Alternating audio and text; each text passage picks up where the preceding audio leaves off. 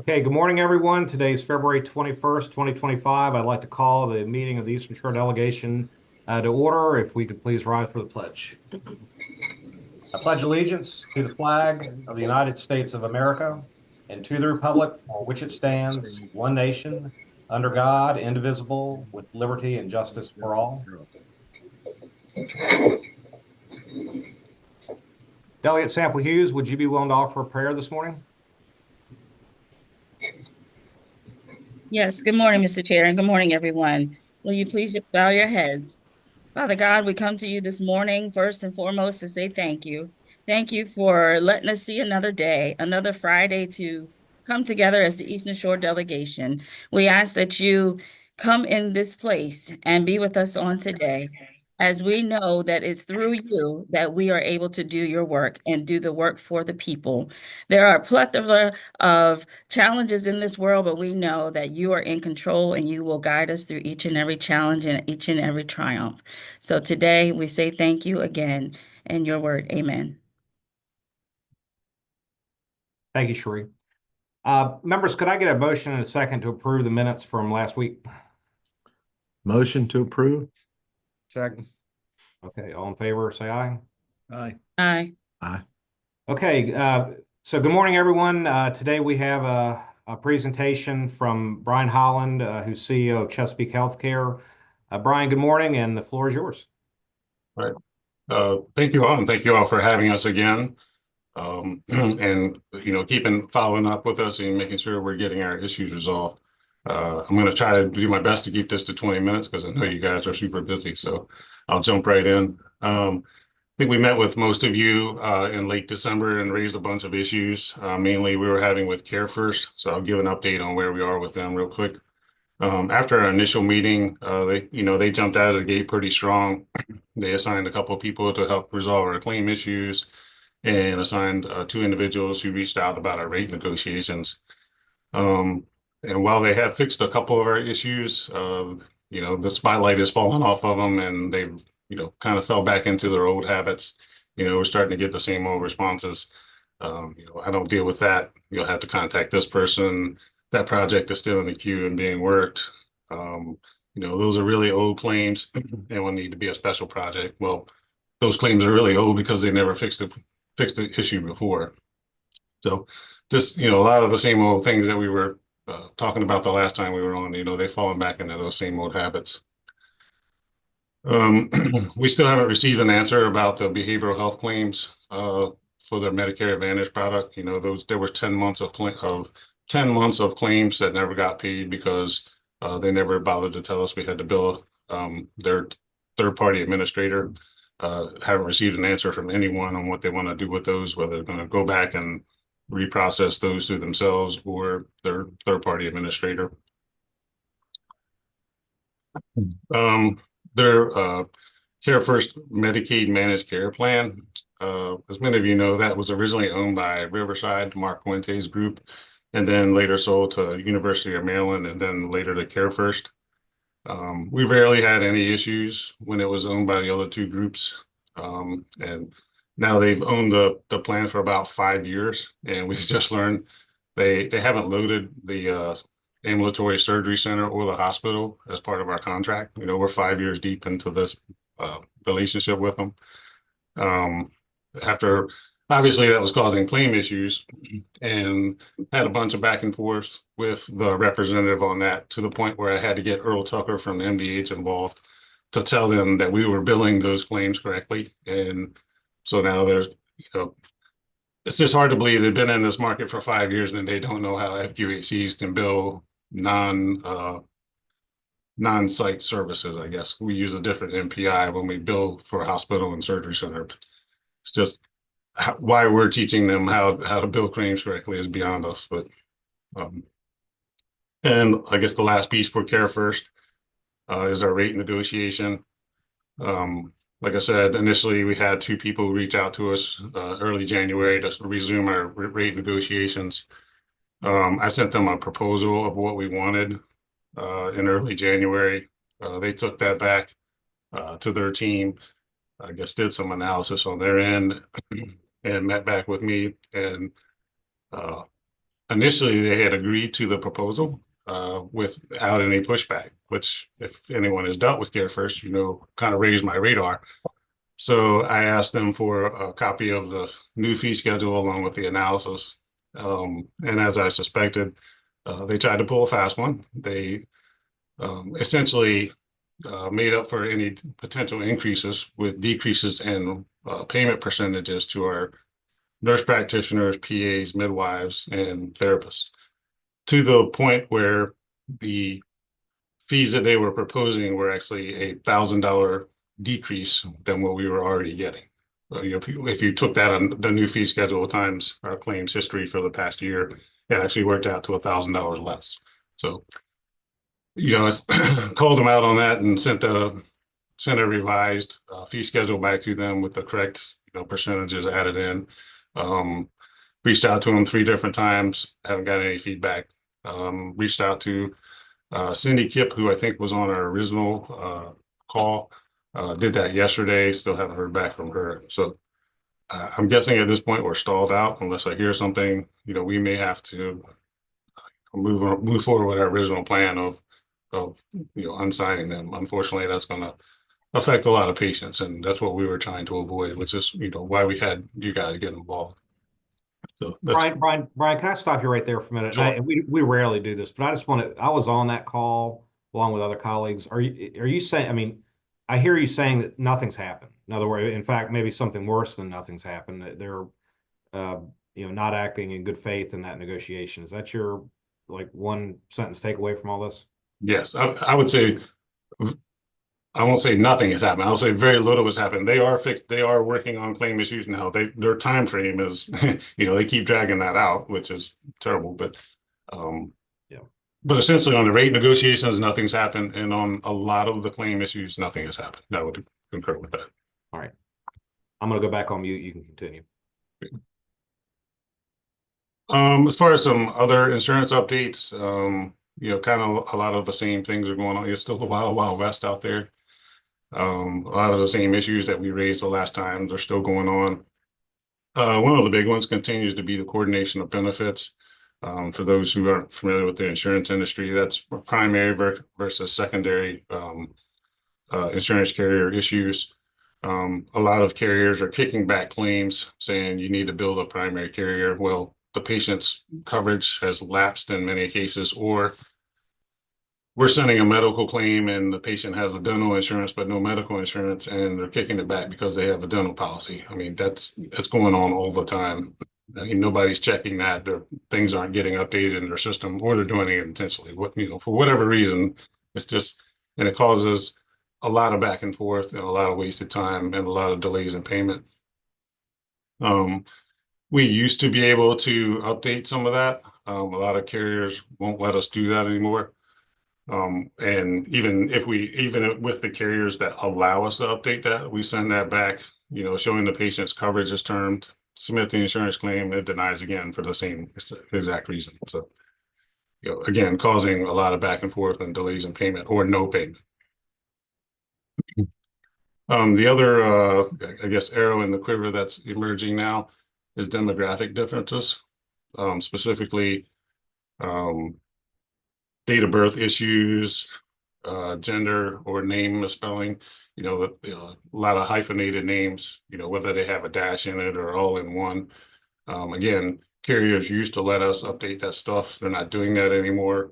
They're requiring the patient to call in. Well, I'm sure all of you know how long it takes to get through. They're just not going to sit on hold for 2 hours to update their insurance information. So those claims are getting denied, they're not getting paid, and they're not getting fixed. And, without some mechanism to get that updated by us or the patient, it's just not going to get paid. Lastly, on the insurance stuff, a lot of the Medicaid managed care organizations, they're ignoring transmittals from Maryland Department of Health. 3 in particular. Last August, MDH sent out a transmittal for the MCOs to pay for adult vaccines for FQHCs. To date, there's only a couple that have started paying prospectively for those vaccines, and none have given a plan to go back to the effective date of the plan that MD sent out. It's supposed to go back to October of 2023. So they're just not even putting it at the forefront. Another transmittal that came out in 2022 was a reaffirmation of a previous transmittal. Is regarding behavioral health, minor behavioral health stuff being done in primary care, like ADHD diagnosis. Those are supposed to be paid for federally qualified health centers if they're performed by a primary care physician or a pediatrician. Those are supposed to be paid by MCOs. They're still denying them, telling us to bill another carrier.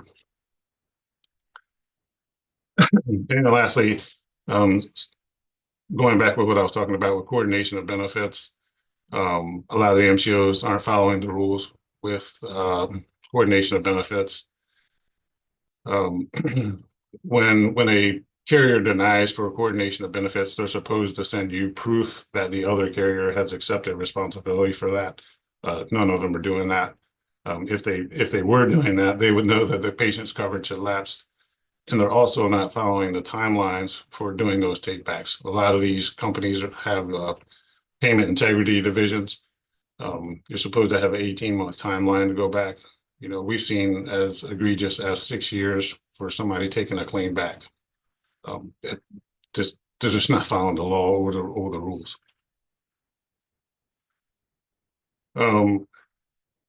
This next one might be a little touchy, but I wanted to put it on your all's radar.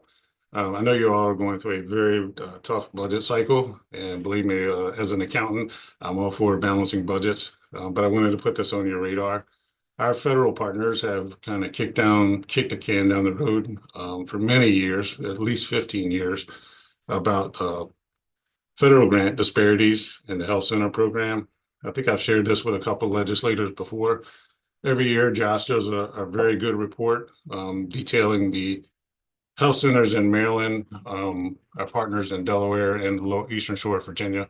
It's based on our UDS or Uniform Data Set reports. And it basically shows how many patients a FQHC serves, plus their grant funding and a lot of quality metrics. For as long as I can remember, our health center has been the worst funded health center on a per patient basis by large margin. We get about $50 a patient, and there are other health centers you get over $1,400 a patient. Last year, we did $8.76 million of free care on a $3 million grant from the feds. And the federal grant is about 3% of our budget. And anybody that knows about business knows that's unattainable. You know, hospitals get that money made up, you know, with their free care. We don't get that made up. We have to find another way to make that up. So I know there's some talks about cutting Medicaid. Seeing Medicaid patients really helps us, you know, close that gap. And I know you have to. We fully understand you gotta make cuts, but just putting that on your radar that it's already a dire situation and putting more patients on uninsured or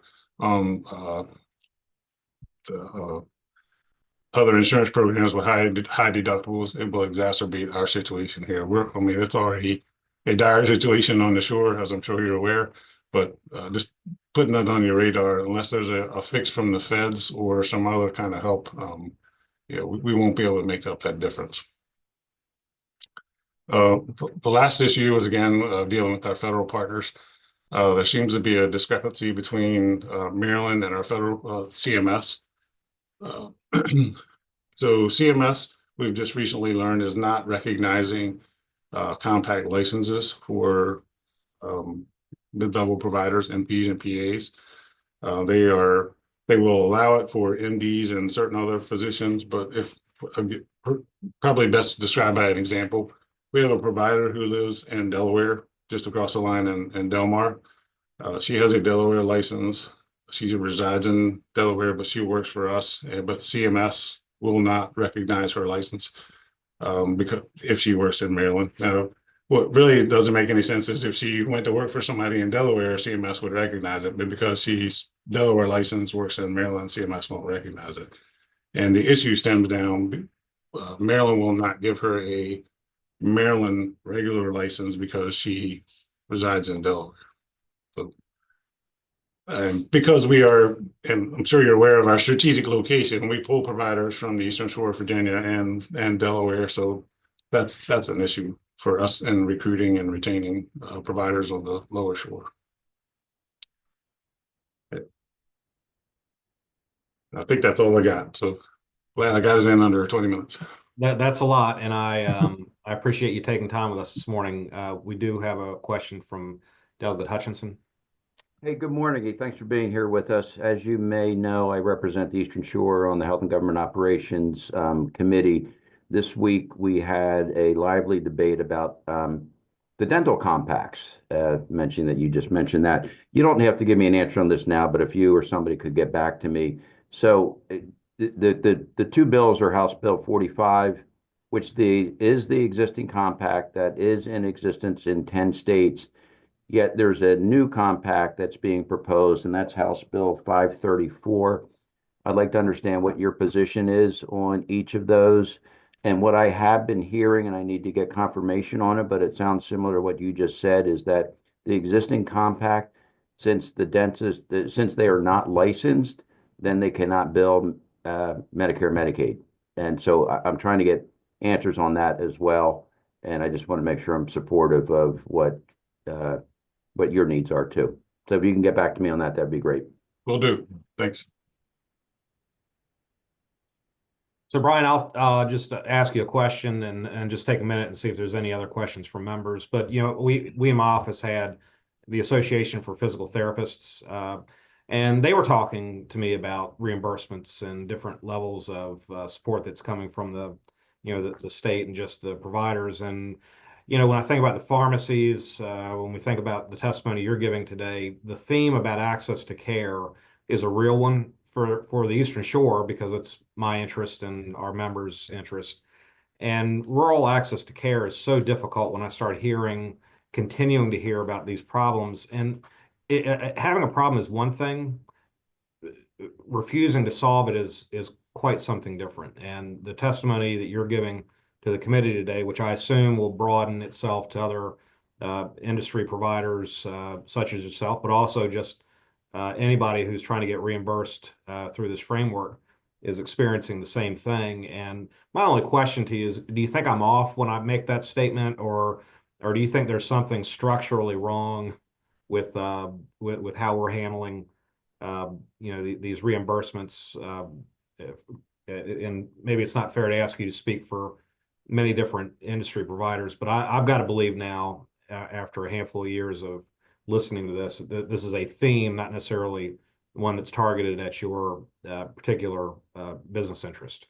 Absolutely. Yeah, I would concur with that. We have meetings with other health centers on a monthly basis. I hear the same thing from them. We've had meetings with, Steve Leonard at AGH, and, he's been going through the same thing for the better part of 2 years as well. So it's a theme, not a health center specific or us specific. And I would concur too about the pharmacy. I was afraid I was going to run out of time, but I met with our pharmacist last week and went over a litany of issues. And those are another half an hour conversation, but they're in dire straits as well. And if you want to, the mom and pop pharmacies on the shore are a dying breed because of reimbursement issues and PBMs. Right. When we used to be in person, we used to set requests to write letters of support and get votes from members. What I'll do as we're closing this out is maybe sit down with our members and perhaps draft a letter to the appropriate parties that would have an interest in the subject you're bringing up. I think you're bold for being honest with the group and your testimony and laying things out, because it's the only way, honestly, that we can get positive traction on such things. The fact that I and our colleagues were on a call, well before session started, through the lens of trying to get some of this resolved, is particularly frustrating from my perspective. And I'll leave it there. Members, do we have any other questions? It doesn't appear to be the case. Okay, Brian and Josh, thanks for being with us today, and we look forward to working with the delegation to draft a letter and send it to the appropriate parties. We'll work on that over the next 7 to 10 days, we'll call it. All right? Okay, thank you all so much. All right, thank you. Okay, members, next up, we have Lower Shore Autism Community Incorporated. Good morning, the floor is yours. Good morning. Good morning. We're happy to be here today. My name is Barry Johansson, and I'm I started the Lower Shore Autism Community. I'm the founder and immediate past president. Clay Belgie is with us today too, and he's the current president of Lower Shore Autism. And we thought we'd start if I just share a little bit about the history of our organization, which is very new. For me, it started when my grandson was diagnosed with autism at age 2. He is now 16, and from diagnosis to today, it's been a real struggle, as it is for many families, especially when your loved one has a serious autism. There's some people with autism you would not recognize it. I'm sure we all have friends that we don't know have been diagnosed with autism, but then there's the more severe autism cases, which are very difficult for families. So we, I was looking for an organization. I started as the first executive director of Worcester Youth and Family Counseling Service in 1976, and have been on the shore ever since. And we love the Eastern Shore, but when I began looking for organizations to volunteer for that focused on autism, and joined a couple of boards, I felt that they weren't offering the kinds of things that our families need most. We need professional services for sure. We also need to have our families feel like they're welcome in their communities, and people do the best they can with that. But when you have the kinds of behaviors we sometimes see, it's very difficult. And families tend to self-isolate because there isn't a lot of awareness. So I decided that the best thing to do was, since I'd been involved in Worcester Youth and Family and had been on boards of other nonprofits and briefly served as executive director of another nonprofit after my retirement, we felt that training was an extremely important issue down here, because there are fewer services by far than there are in urban areas, and that's kind of what I know you've been talking about previously with your previous guest, and we've certainly felt that. When we first noticed that our grandson Landry's wasn't meeting some milestones, we quickly discovered that when we brought him to our physician, our pediatrician, we told him of our concern, and we were told, well, you can go to Kennedy Krieger, but that's about all we have down here.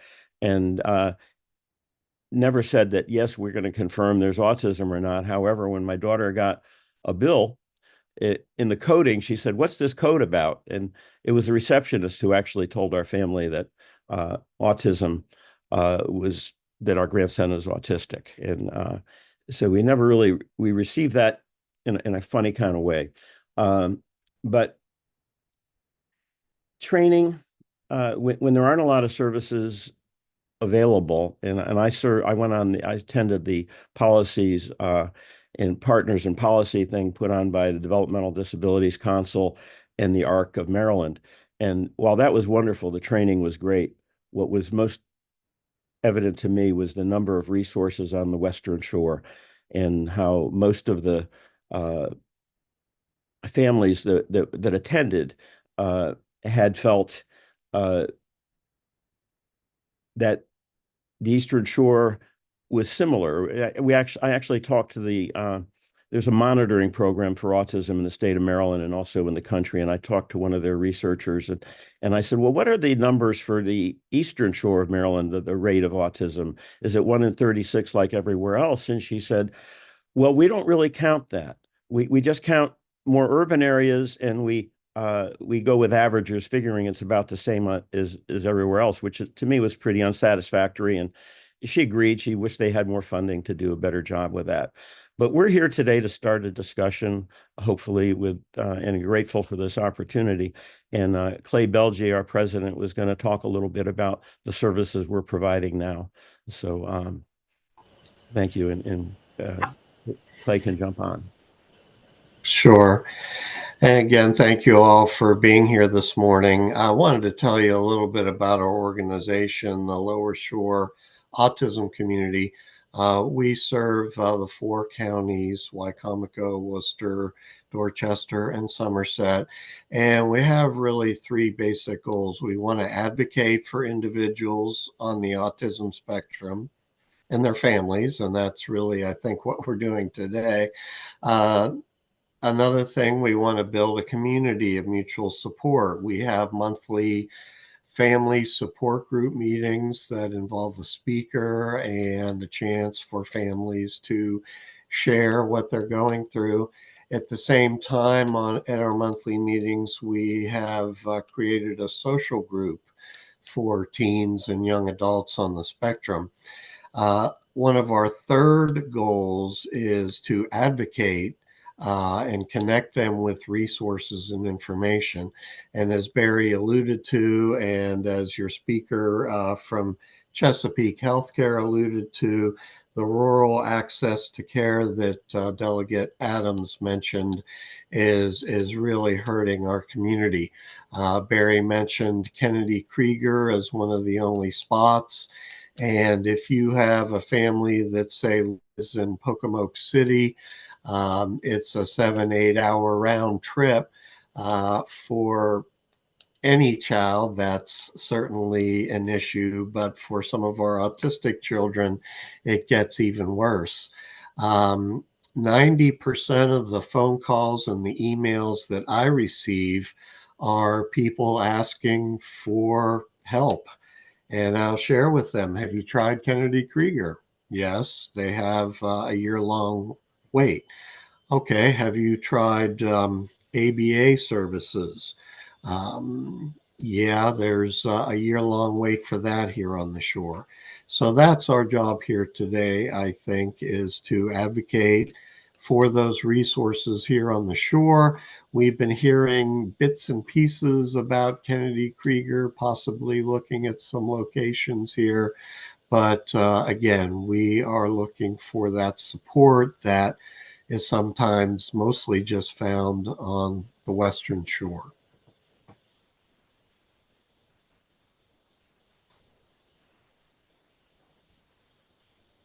Okay, so members, I'll see if you have any questions.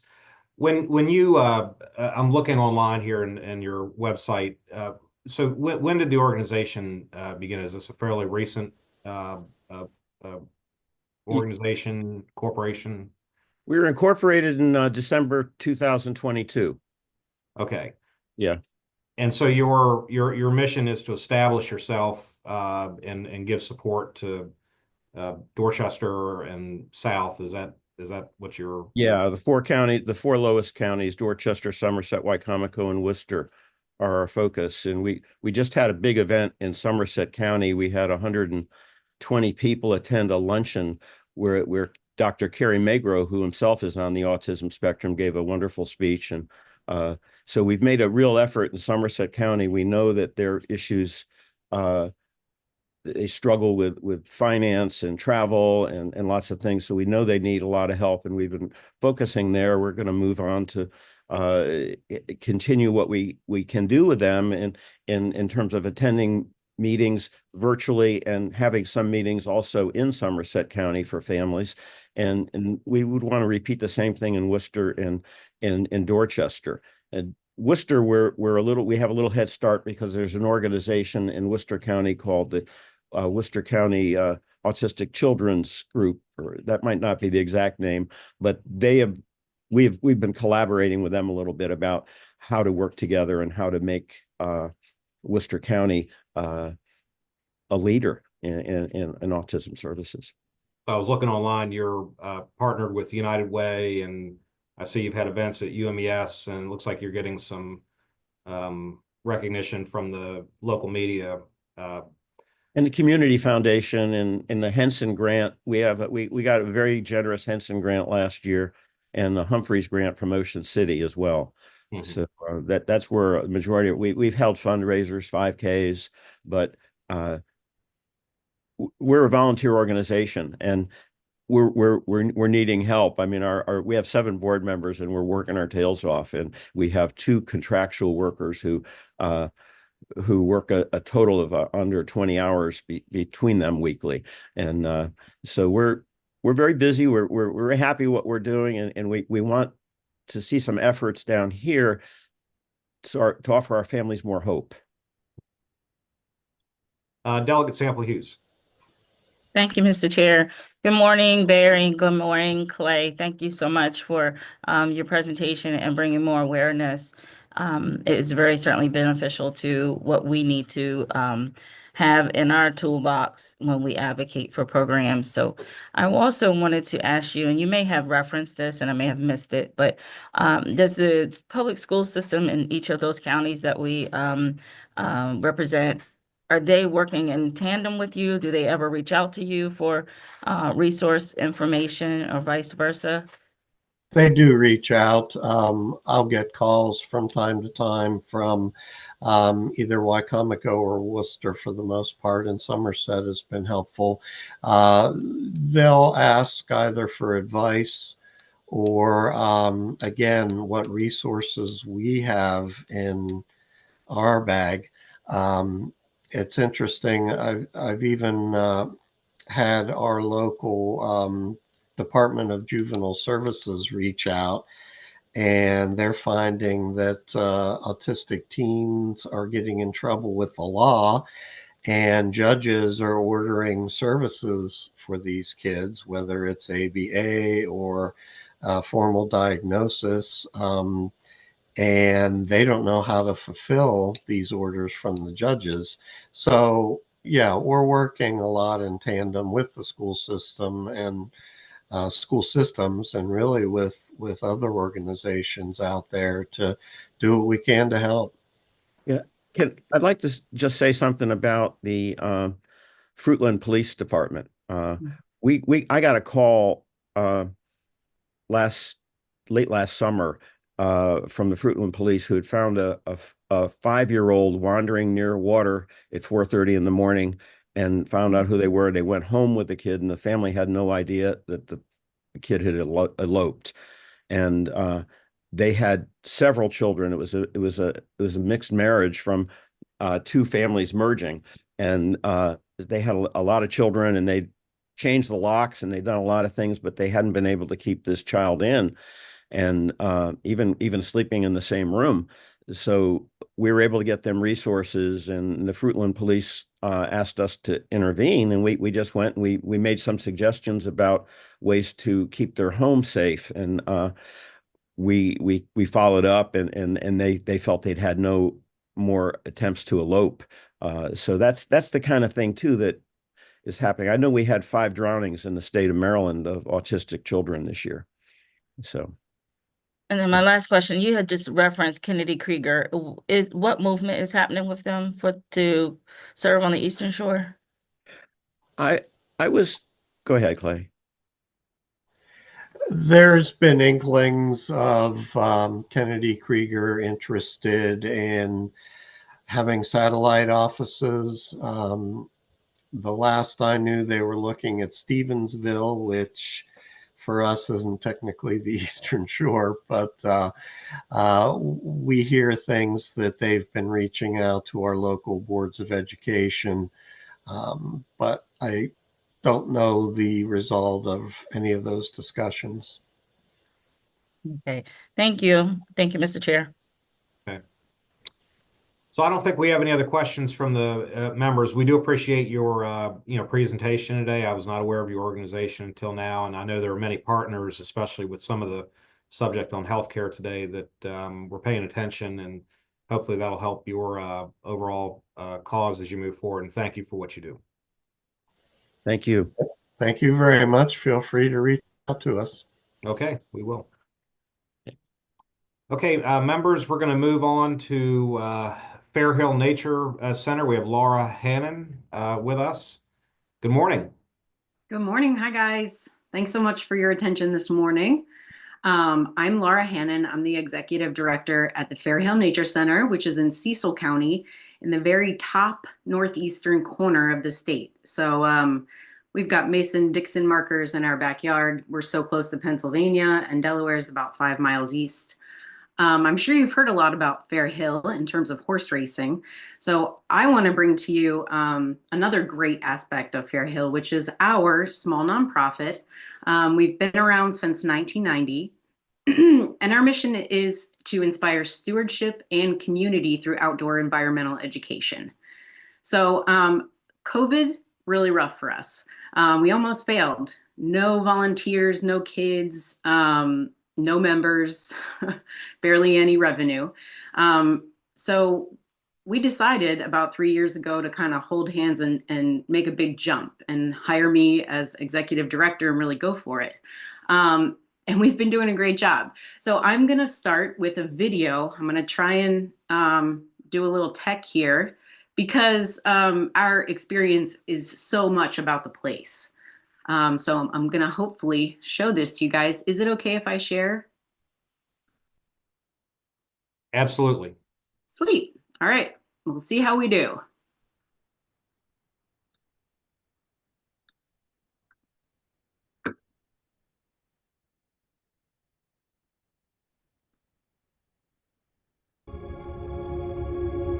There are places in our lives that leave an indelible mark. They are part of who we are and who we will become. Places that draw us back to reconnect with the most important things. Places to rekindle the joys of the past and make new discoveries to excite tomorrow. And our place is Fair Hill. The Nature Center is more than just a building, a barn, or some land. It's all the people who share the love of engaging, educating, and exploring. Whether starting a day with a foxtrot or ending it with a frenzy of seeing frogs, the Nature Center has always been a heartbeat of activity and a pillar of our community. At the Nature Center, we've raced through the ups and downs. And we've gone with the flow of the changing world around us. Because everyone here knows that our mission reaches beyond 4 seasons.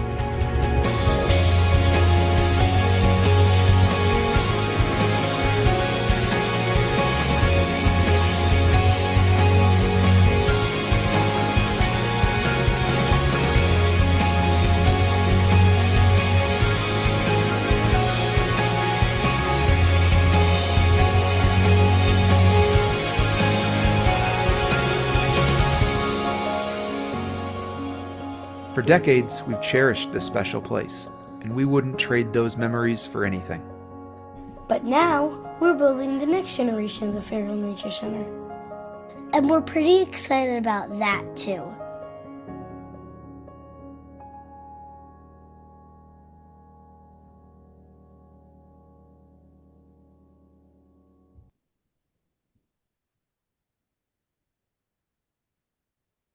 Can you guys hear me? Absolutely. Thank you. Nice video.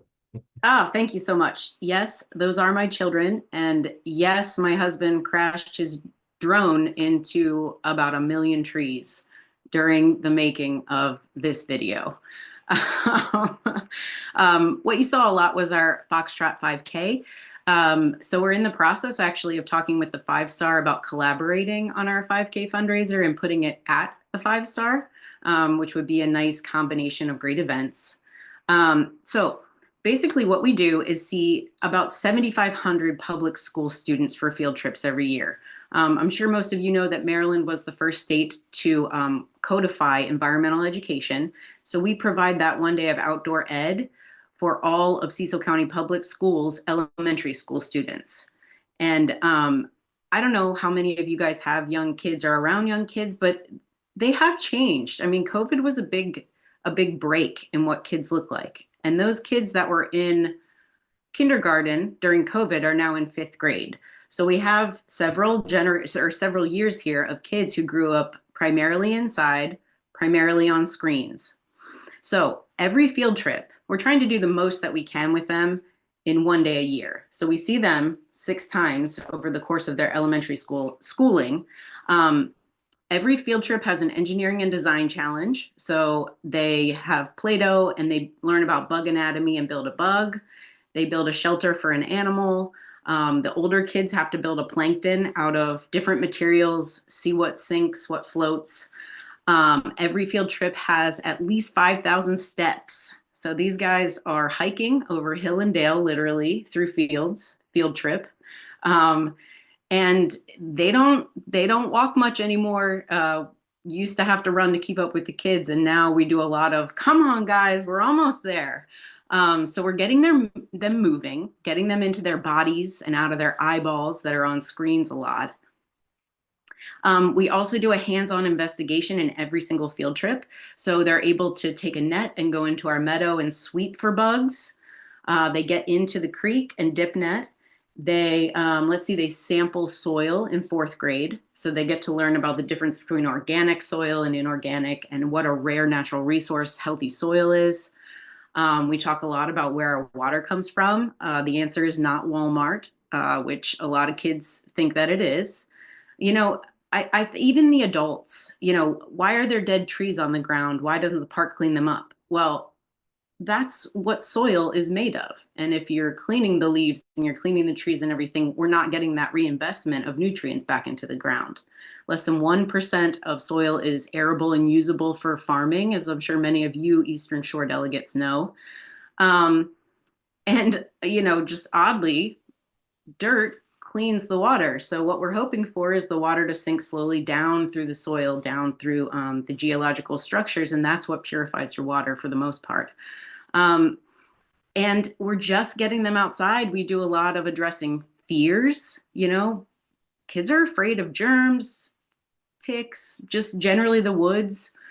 And so there can be a lot of anxiety about getting outdoors. But what we want them to do is feel really comfortable outside, start caring about outside, and eventually just become really proud of where they come from. A billionaire, you know, our grounds are a former DuPont property. So a billionaire spent his time and energy buying this very special place of the world. We're at the top of the Chesapeake Bay, which is so important in terms of watershed. And, you know, a lot of these kids have gone through trauma in the home at a young age, given opioid issues. We see a lot more autism.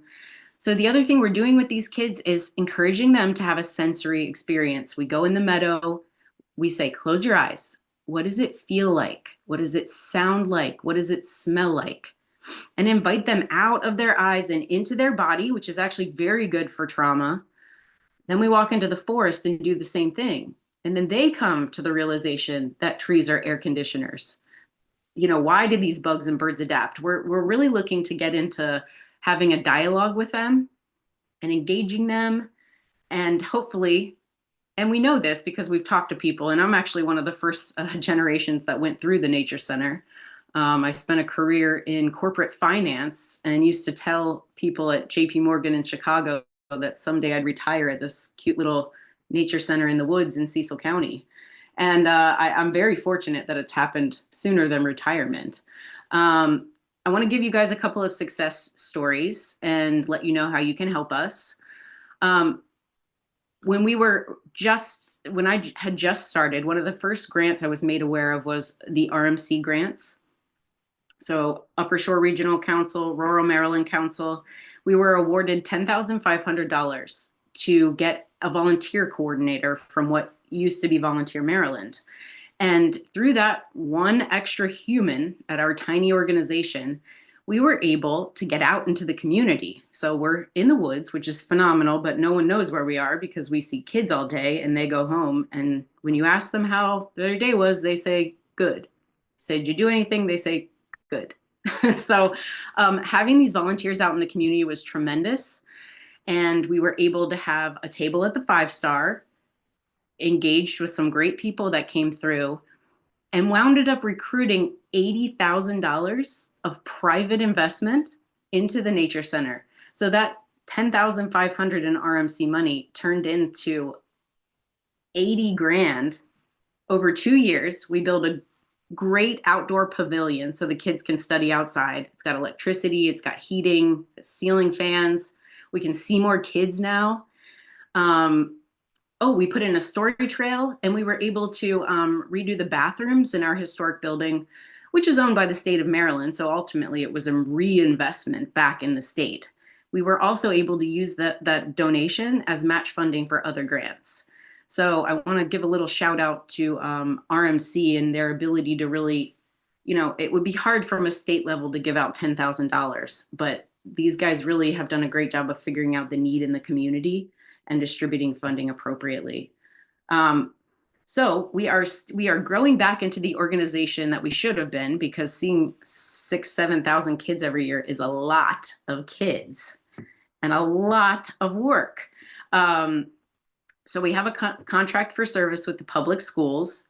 So every time the public school budget goes under fire, little organizations like ours are impacted.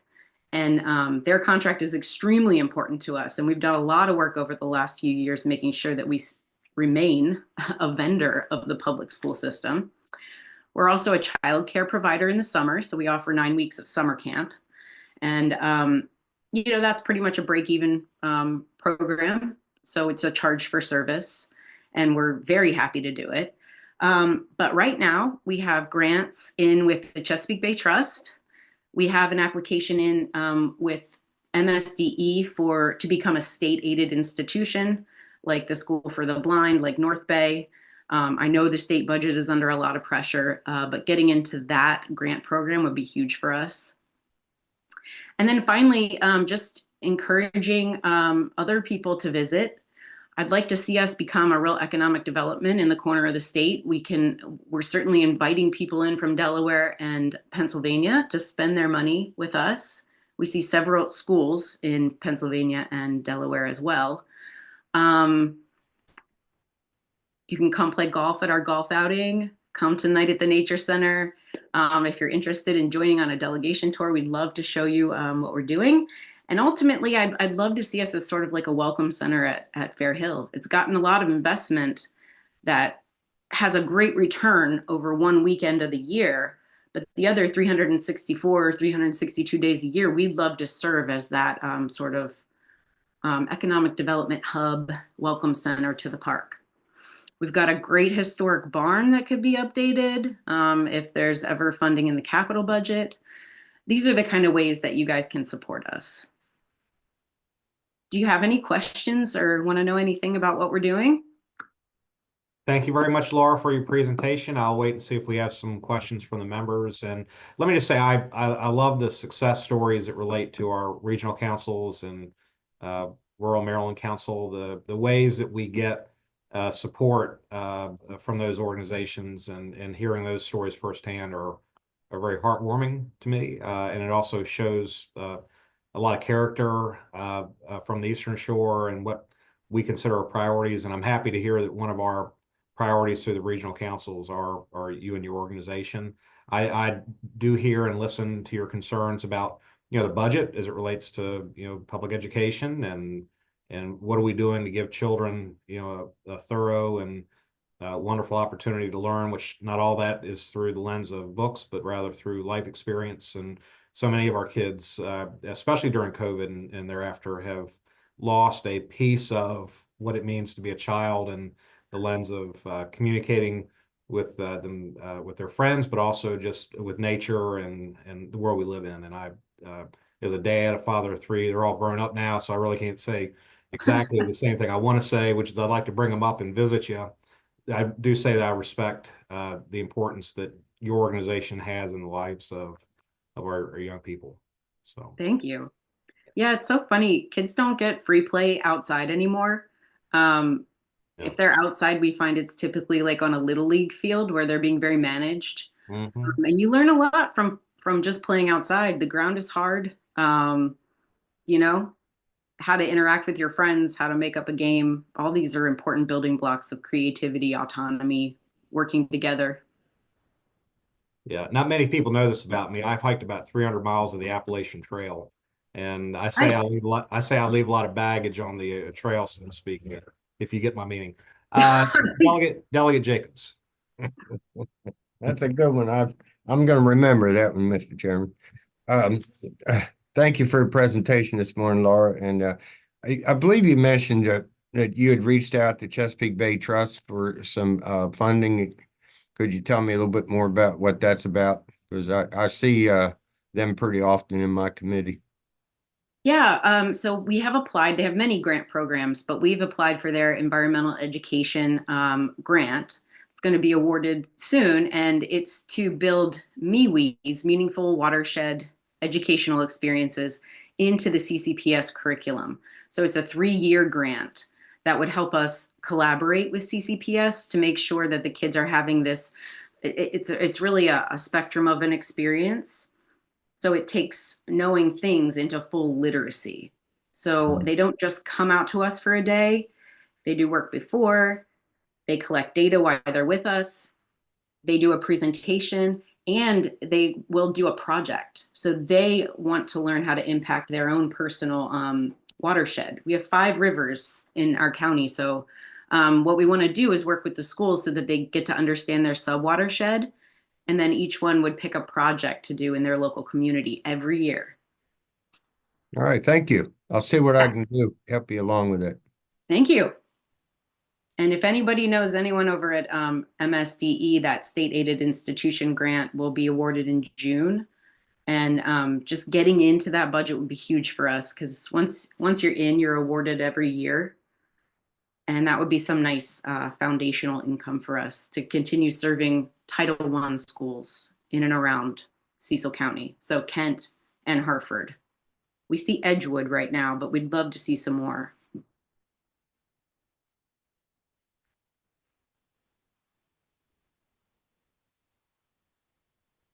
I can't hear you, Delegate Adams. I think you're on mute.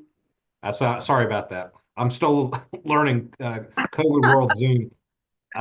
So I just wanted to thank you. I don't see any other questions from the members here today. So I'll give you the last word, but do thank you for your presentation today.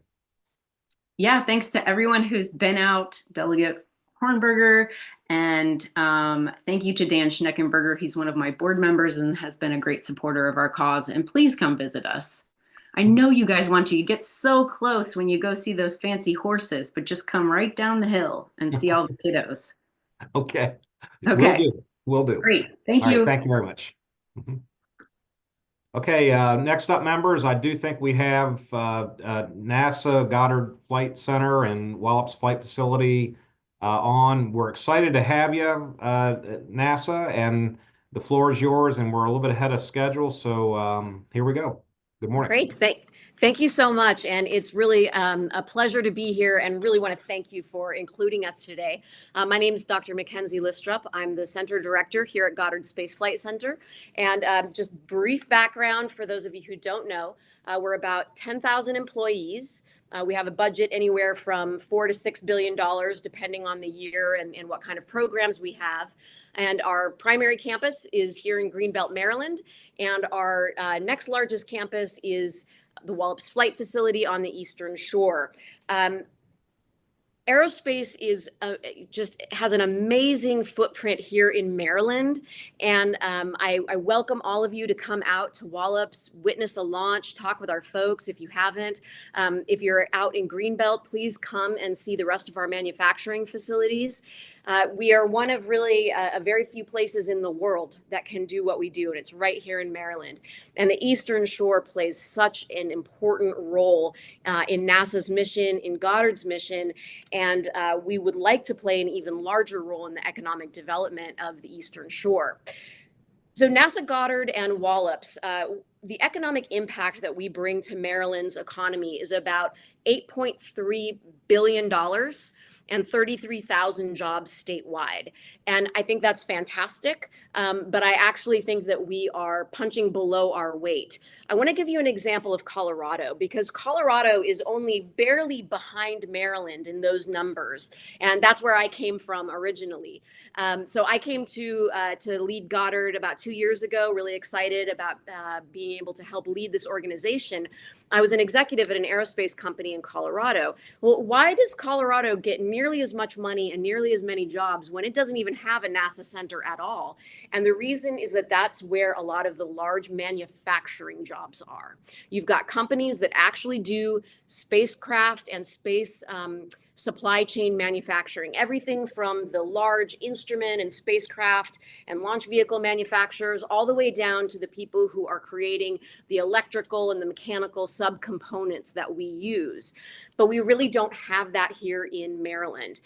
We have a fantastic footprint out at Wallops of private companies, Rocket Lab, Firefly, Northrop Grumman, really important private partners there, but they're not manufacturing their hardware there.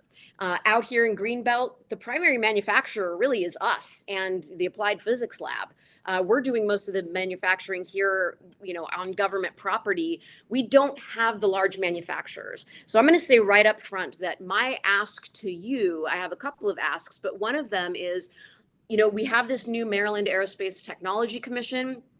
An idea would be to ask the MATC to commission a study to make recommendations on how do we attract in the near and immediate term the aerospace manufacturing out to the Wallops Flight Facility area and to the Eastern Shore specifically. And of course, engage the wider stakeholders and partners that we have out there, the universities, the community colleges, those companies.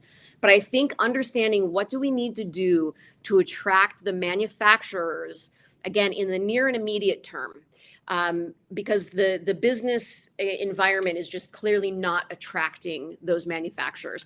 That would really free us up to really unleash even more economic development, because we've got the know-how, we have the people, we've got universities and community colleges that are ripe with talent. And so that's really my biggest ask. I would also ask each of you to meet with some of those companies, meet with Wallops, yes, but meet with Northrop, with Firefly, with Rocket Lab, and others that want to be launching more out of Wallops Flight Facility. We also have FAA on site, the Department of Defense is on site. Meet with those stakeholders and understand their priorities and what they need, and how we can help contribute to that greater manufacturing presence. I would also ask that that you all make sure that our Maryland delegation really understands what's at stake, because we right now, of course, we're in a time of looking at government spending writ large, but really in the last 2 years, Goddard has suffered severe economic cutbacks. I mean, we have had severe budget cuts that were driven by the agency, by certainly budget cuts at the federal level. So I would say ensuring that the Maryland delegation really has the Eastern Shore in mind when we are talking about the needs of bringing in those investments. About 80% of the money that comes into Goddard goes right out the door. It's not staying with the federal, infrastructure. It's going out the door. Now, a lot of it does stay local, but a lot of it, again, goes out to those manufacturers, and having more of those manufacturers here out in the Eastern Shore, ensuring that they have the kind of power and utility needs, the kind of land needs, the kind of environment that can attract families. It's obviously a beautiful area with a fantastic quality of life, but I just really urge you to push on that. So I'm not gonna talk sort of in more depth. I'm gonna pass things off to the director of Wallops Flight Facility, Dave Pierce, who I hope many of you know already, who does a great job. And he's going to talk more in depth about what's happening at Wallops. And of course, very, very eager to welcome your questions as well.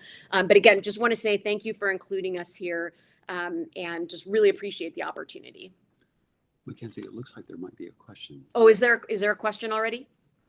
No, go ahead and make your presentation. I think we'll get the questions after everyone's presented. Okay, very good. Well, hi, everyone. I'm Dave Pierce, director at Wallops. I couldn't say it any better than you've already said it, Mackenzie. 100% agree that with what we're experiencing at Wallops as a metamorphosis in space launch is really changing Wallops in terms of access to space, but we're not building satellites there. We are a strong partner in the Tri-County Council, as you may know. We're a member of the Salisbury Area Chamber of Commerce, and we have partnership agreements with all our local universities. So we're serving as a pipeline for interns to have a aerospace ready workforce on the Eastern Shore. However, we don't build those satellite components as the Greenbelt campus does.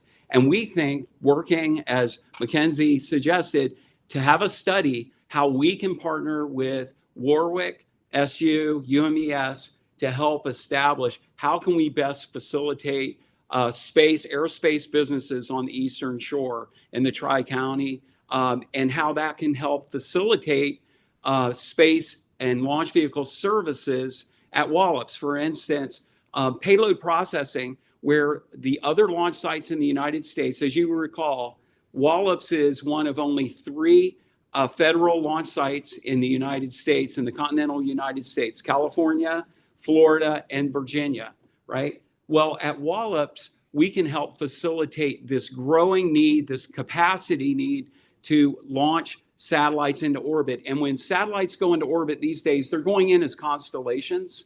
And when those satellites quit working, we need to be able to quickly get another satellite up into that constellation. This is where Wallops can play a role, where we have payload processing on the Eastern Shore, where those satellites are manufactured, they're housed, ready to go at a moment's notice when a satellite needs to be relaunched.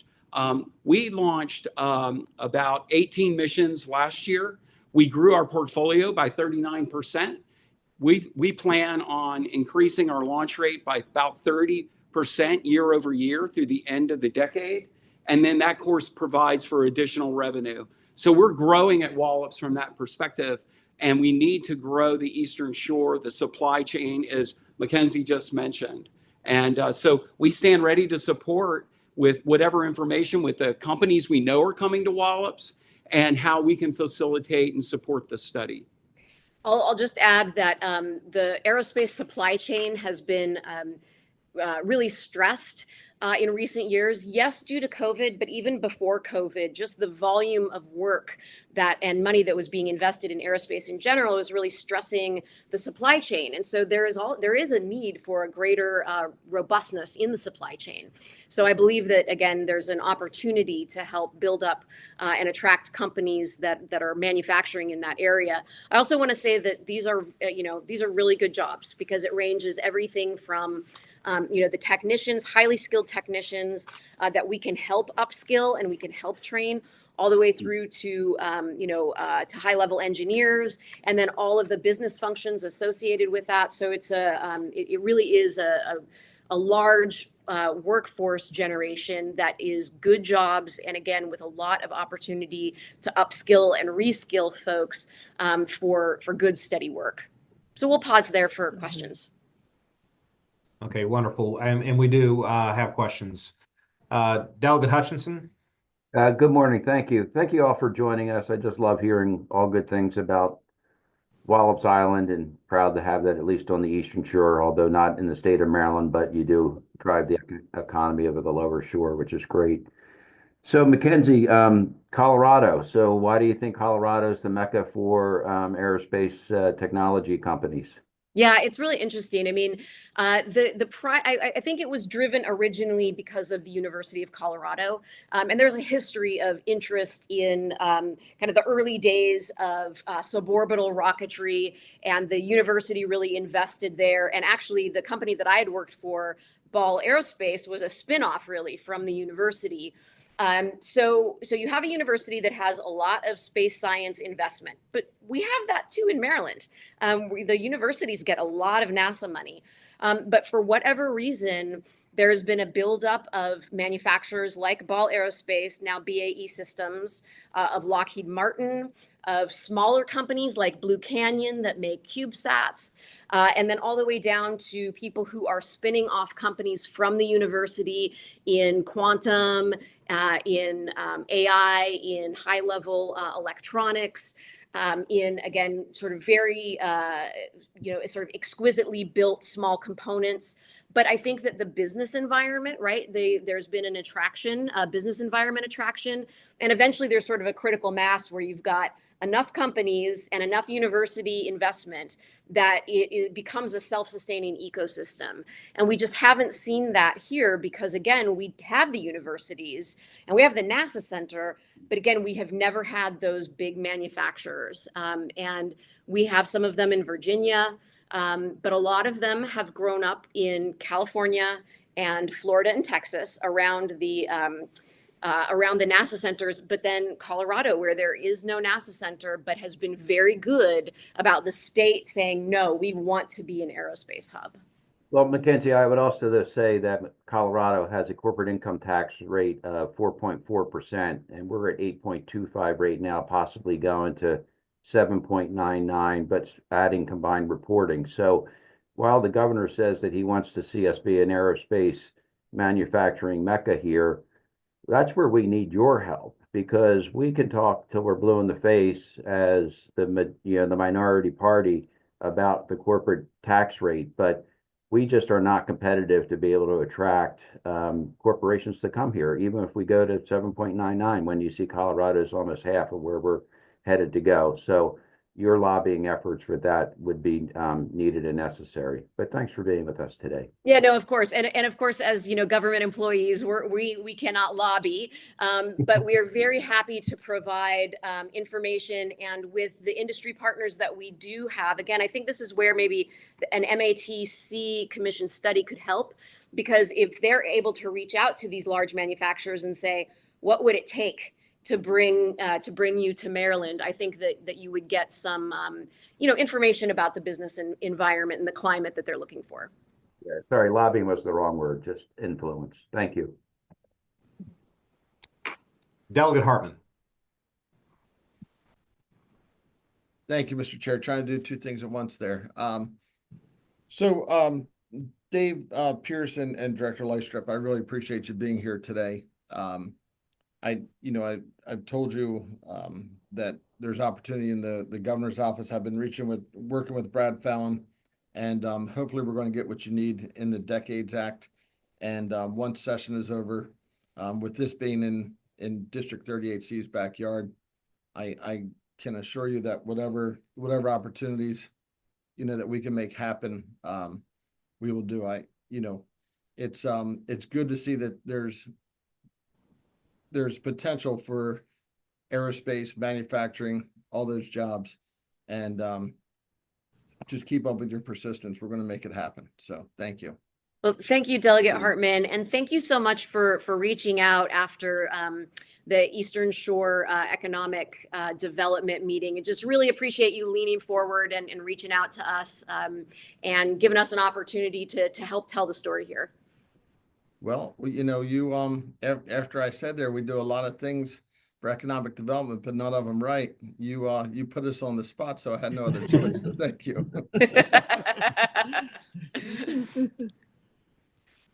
All right. Well, while I wait for other questions, I'll just make a couple statements and give you some thoughts on your presentation. Today we on the Eastern Shore take a deep sense of pride that we're in proximity of Wallops Island. I've been on a handful of occasions and have participated along with all of my colleagues in meeting on site there to understand the businesses there, which is dramatic and interesting to say the least. And so those are drivers for people to come to the shore and enjoy the life we live. I will say to you on the business and the economic development component, and to my colleague, this is going to sound like a broken record, but Norm Augustine, who was CEO of Lockheed Martin, was the lead of a commission about 10 years ago called the Augustine Commission, named after him.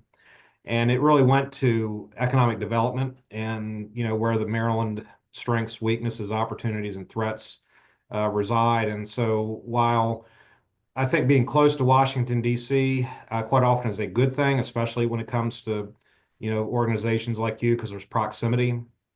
Maryland has often found itself to be too heavily dependent on, the federal government. And one of the key findings, recommendations from the Augustine Commission was to, develop this entrepreneurial ecosystem through the lens of attracting private businesses, so we weren't so heavily dependent on the government sector in Washington, D.C. And so what's happening in practice, whether we like it or not, is that at some point the federal government was going to have to reconcile, this $35 trillion debt that we have, and Maryland was going to stand to lose. So back to Norm Augustine, what was he saying 10 years ago? And a lot of that is tax policy, like Delegate Hutchinson was saying, but it's also regulation, things that we can do to reach out. I believe that the governor is probably advancing some of those causes through priorities through executive order, which is good. I mean, we need to invite and connect our universities and technology trainings with organizations like yours. But ultimately, the incentive to invite businesses to come to Maryland, I think, is an active exercise that the legislature needs to take on. I mean, not everything can be done through the executive branch. Our government, people like us on the Eastern Shore, need to win on a few of these fronts as it does come to tax policy and regulation policy. That's my 2 cents on things, and I suspect that you'll find that to be at least somewhat true. The last thing I'll say is I'm a member of Greater Salisbury Committee, and in that particular setting, I will say that in our region, we surely have identified you as a key part of our growing economy and need for diversification. We're primarily an agricultural economy. However, over time, it becomes more difficult. Family farms maybe transition or not when we see proliferation of solar. There has to be a thought toward what does our industry look like in the next 10 to 20 years. And what I mean to say is, if I'm saying anything, those things that you're sharing with us certainly are going to take time, but you start these now with the idea that we're going to have benefit 5, 10 years down the road. And I would just ask you if you have any thoughts or reflections on those few comments I've made, and I'm not seeing any other questions. So I will say that Wallops has a lot of room to grow. There's a lot of capacity, unused capacity at Wallops. So I think the time is really right, where we're seeing it at the other launch facilities in the United States, they're kind of getting to capacity. They just don't have a lot of capacity left. And that's not the case at Wallops. So there is really, we're just limited by, what we can bring in and what we can attract. So I think that there's, again, just a lot of capacity. I would also say that, coming from the private sector, we've really been trying to partner more. We've always partnered with industry. We've always partnered with the commercial sector, but we are trying to really embrace that more and ensure that we are, playing the unique role that we can play, while at the same time bringing in all of the other people in the ecosystem of aerospace. And in fact, in Greenbelt, we are looking at some of the ways that we're transforming and want to transform our campus here with the help of partners both out in the university and in the private sector. And Wallops is a great example of a public-private partnership where we do have, solid purely commercial entities that are working on site at Wallops. And we're finding our way through how we all work together and make sure that it's mutually beneficial. That becomes easier the more business that we have, right? The more business that we have, the further we can drive down our own costs, the further we can build in the efficiencies, the better we get at working with each other. So really, we just need to accelerate that. I feel like right now, in terms of Wallops, we're just starting to kind of gain the momentum, but we have not hit our stride at all yet. So we've got a lot of capacity there. Yeah, I couldn't agree with you more, Mackenzie. Our first launch for Rocket Lab that you're going to hear from, we've had 6 launches with them over the last 2 years, and we've dropped our launch costs by a half over those 2 years.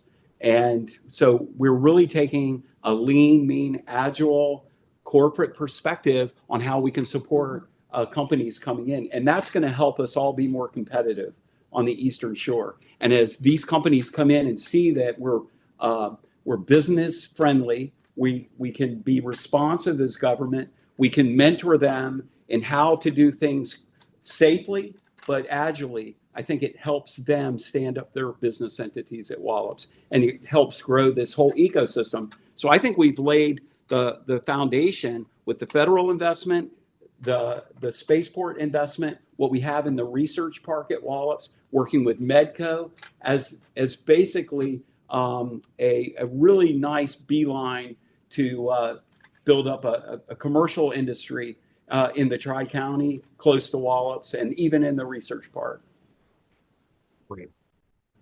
Okay, I'm not seeing any further questions. I do thank you for your time, and we do have one of your partners joining us next. I met with Jennifer yesterday, and I immediately said, well, wait a minute.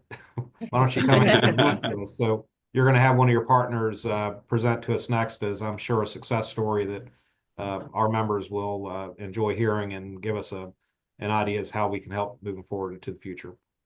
Fantastic. Thanks so much. Thank you. Okay. Take care. Bye.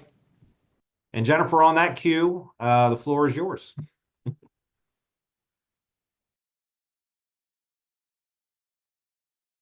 Good morning, everyone. It's so nice to be here. Thanks to Chair Adams and to the entire delegation for having us today. Yeah, you've heard from some of our fantastic partners here, and I love that they perfectly teed this up for a lot of the same messages and opportunities I had hoped to talk about. So fun day. We get to talk a lot about rockets today. I thought I'd share just a couple slides here to share what we're working on across the Eastern Shore right now. We are the only active, I believe, commercial launcher right now at the Wallops facility. I know there's hopes to really grow that ahead. So sharing just some brief overview of what we're working on the Eastern Shore. So right now we are launching a small rocket called the Electron rocket. It is about a school bus and a half long, 4 foot in diameter. We're doing some tremendously innovative things with this rocket. We 3D print all of our engines. The body structure you see there is all made out of carbon fiber, which is incredibly lightweight, very durable, hard to do, but we've been successful in doing it. We actually have a payload plate that you see towards the top of the diagram there that has a little special engine on it that actually allows us to achieve the most precise orbit placements in the entire industry. We're about 2,000 times greater than the industry standard. Has really enabled us to do a lot of very unique missions.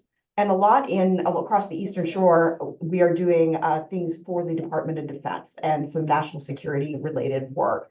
We have a variant of our Electron rocket. So our Electron rocket goes to orbit. We have a variant of that rocket called the HASTE rocket that is actually suborbital. So stays right inside the atmosphere. And this is a lot of the launches that you've seen us do. I think NASA had mentioned that we've done 6 launches in the last 2 years. Most of those have been in this HASTE market. We are actually the second most frequently launched U.S. rocket, third in the world. And then we actually just recently hit 50 launches. You'll see the little red line on the screen. We were the fastest commercial provider to ever hit 50 launches. We're on track to hit fastest to 100. We actually just did our 60th launch this week. So a lot of fun happening in this environment. A lot of folks know us as a launch company, but we're actually much more than that. We are end-to-end in the space industry, which means you can come to us with an idea. We can design you a spacecraft. We can design, build, launch, and operate that spacecraft. And so we do satellite build. We do all kinds of components. We are coast to coast across the United States and New Zealand. So space solar cells, satellite positioning devices. Some of that we're actually doing here in the state of Maryland. So quick snapshot, you'll see some customers you probably recognize across this. About 50% of our market are commercial carriers doing telecom, SATs, in-space manufacturing. About 20% is civil government, so research and education focused, with the remaining percentage being national defense. So we are actually moving into a really exciting phase here in the next year. We are building a new rocket called Neutron. You'll see our little bitty Electron rocket kind of at the bottom of the screen next to the bigger Neutron rocket. This is a big rocket. It's about 25 foot in diameter, 140 foot tall. This will be designed to exclusively launch from the US, be all launched out of Wallops Island ahead. It's designed to do much larger satellite constellations. You heard NASA mention those. The market is really moving towards these larger applications again in the launch environment. So we'll be able to do larger national defense satellite constellations. This rocket is designed from ground up to be reusable. So it will fly, go up to space, the little payload, you'll see an image here, it'll open up at the top, the satellite will come out, that entire rocket body stays intact, comes back, and just like kind of a commercial aircraft, we'll land it on a barge, bring it in, refurbish it, and refly it ahead. So this is just to give you an idea of some of our progress. This is the large rocket. There's a person on that structure, just so you can get a size and scale image on this. We are actually manufacturing these structures for this Neutron rocket in Middle River, Maryland. So speaking of kind of, it's not Eastern Shore, and I think what NASA was saying about some efforts to really develop some of that on the Eastern Shore would be fantastic. But this is actually in the state of Maryland. And just another couple size and scale, these are some of the tanks that will be used in the rocket. We're also rapidly testing our engines right now, and we'll do stage testing there on the Eastern Shore once they all come together. So I know, I mean, this is perfect, and NASA's messaging aligns so well with ours. There is a huge opportunity for the Eastern Shore right now, and just this entire region right now. We do see a trend towards larger launch vehicles again, so medium to heavier lift vehicles.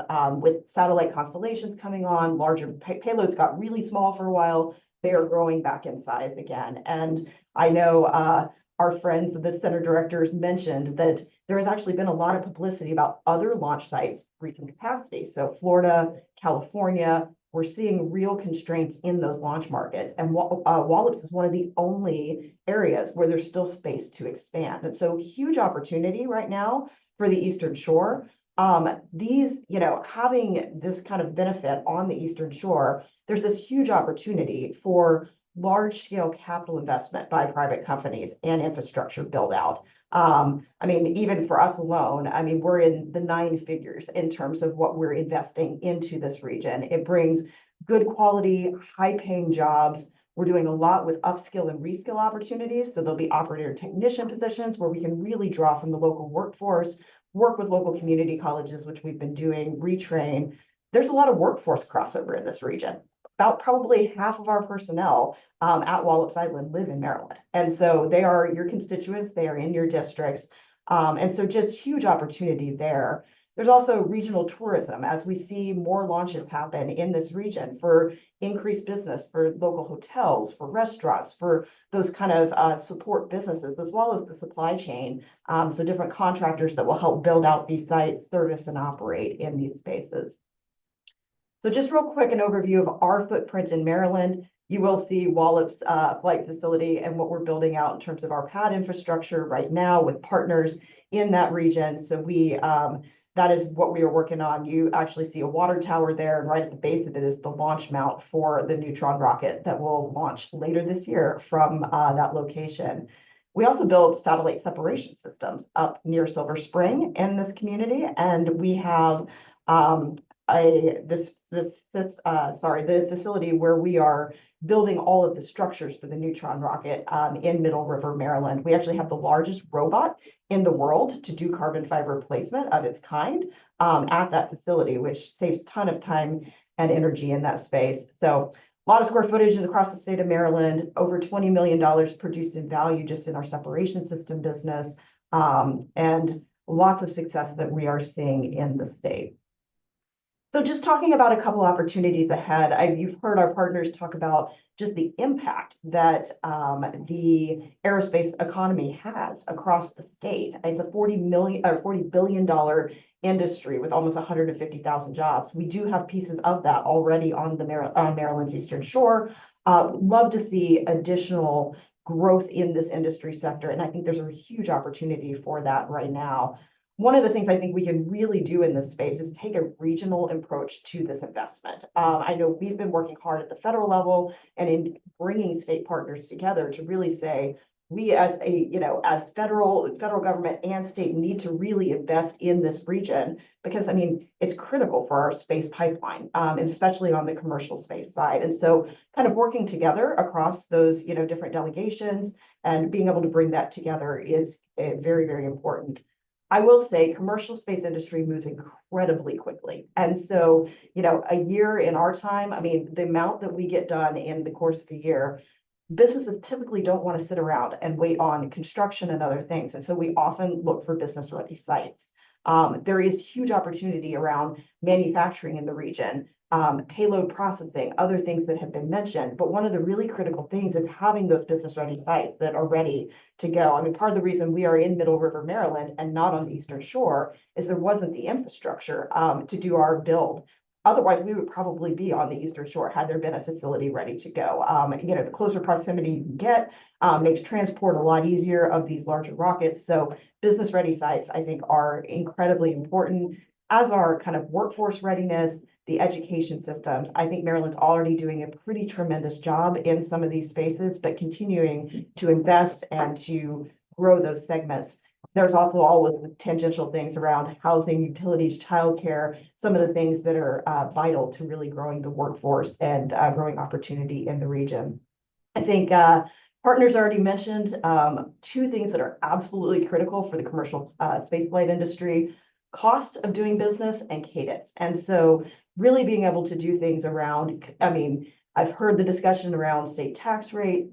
Being able to offer competitive incentives that do attract businesses is probably pretty critical, especially given some of the constraints that the state has around some of these things, as well as streamlining regulations. There are multiple agencies that regulate. I think our friends at Wallops mentioned, they've done a ton in recent years to not only bring down the cost of launch, but also to work on how do we do things more efficiently? How do we streamline the regulations in this space? And we very much appreciate that. I think there's still opportunity ahead to continue to improve on some of those things, but we've had fantastic partners in the region. And so being able to do more, we actually want to do more launches out of this region, and those cost and cadence pieces are critical for us being able to do that. So I'll end with our vision statement, which is really truly to open access to space to improve life on Earth. And that's really what we want to do across the Eastern Shore region in Maryland and across the world. So with that, I'll pause. If there's any questions, I've left my contact here on the screen, but I'm happy to answer any questions or give any feedback. Okay, thank you very much, Jennifer, for the presentation today. And thanks for being flexible. This sort of like just fell into an opportunity less than 24 hours ago. Thank you. So before I see if we have any questions, I will say that our federal partners, I believe, have been online. So Senator Van Hollen's office, Congressman Andy Harris's office. So it's good to, as we're listening to NASA and then you recognize that the federal partners are leaning in on the subject as we're talking about it today as well.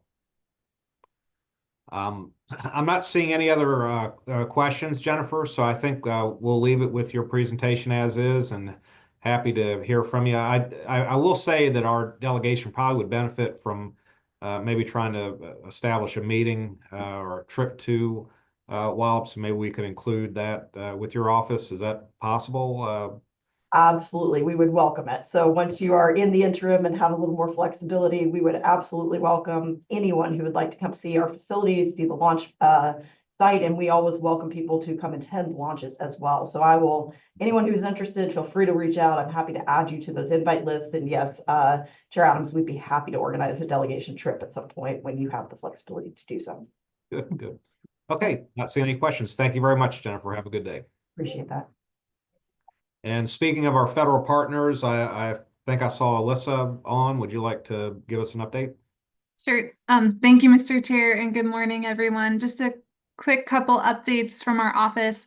Our congressionally directed spending portal is open now, and it will close on Friday, March 7th. So happy to take any meetings with any organizations, local governments, or nonprofits who want to talk through any of their application ideas and can help give some strategy there.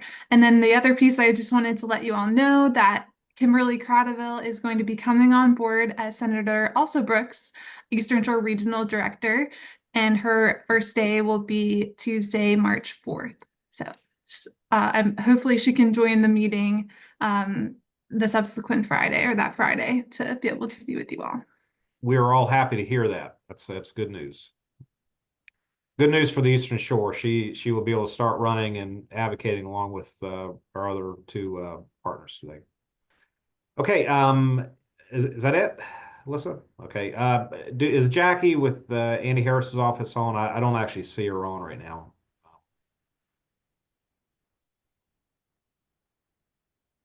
Okay, yeah, all right, so I don't see her on right now. Okay, members, anything else for the good of the order before we adjourn?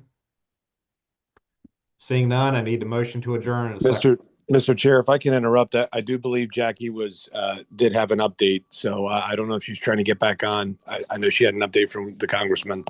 Well, okay, I mean, we can wait just a couple of seconds. Yeah.